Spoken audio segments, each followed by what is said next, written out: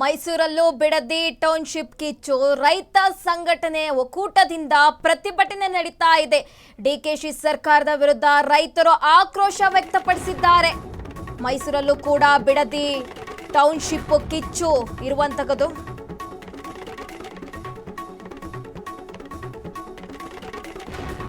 DK ಸರ್ಕಾರದ ವಿರುದ್ಧ ಇದೀಗ ರೈತರು ಆಕ್ರೋಶ ವ್ಯಕ್ತಪಡಿಸ್ತಾ ಇದ್ದಾರೆ.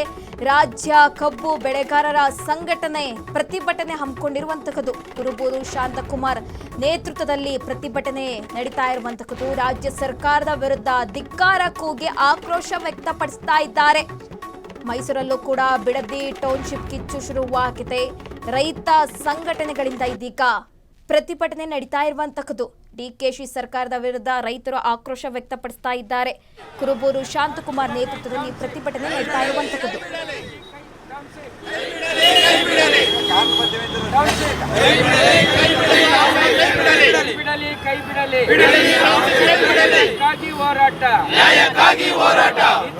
ಸರ್ಕಾರಕ್ಕೆ ರೈತರನ್ನು ಒಕ್ಕಲೆಬ್ಬಿಸುತ್ತಿರುವ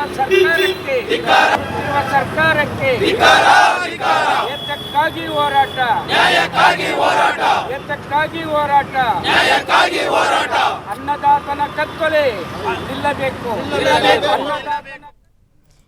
ಬಿಡದಿ ಟೌನ್ಶಿಪ್ ವಿಚಾರಕ್ಕೆ ಸಂಬಂಧಪಟ್ಟಂತೆ ರಾಜ್ಯದೆಲ್ಲೆಡೆ ಕಿಚ್ಚು ಶುರುವಾಗಿರುವಂತದ್ದು. ಇದೀಗ ಮೈಸೂರಲ್ಲೂ ಕೂಡ ರೈತ ಸಂಘಟನೆಗಳ ಒಕ್ಕೂಟದಿಂದ ಪ್ರತಿಭಟನೆ ಹಮ್ಮಿಕೊಳ್ಳಲಾಗಿತ್ತು. ಡಿಕೆಶಿ ಸರ್ಕಾರದ ವಿರುದ್ಧ ಇದೀಗ ರೈತರು ಆಕ್ರೋಶ ವ್ಯಕ್ತಪಡಿಸ್ತಾ ಇದ್ದಾರೆ.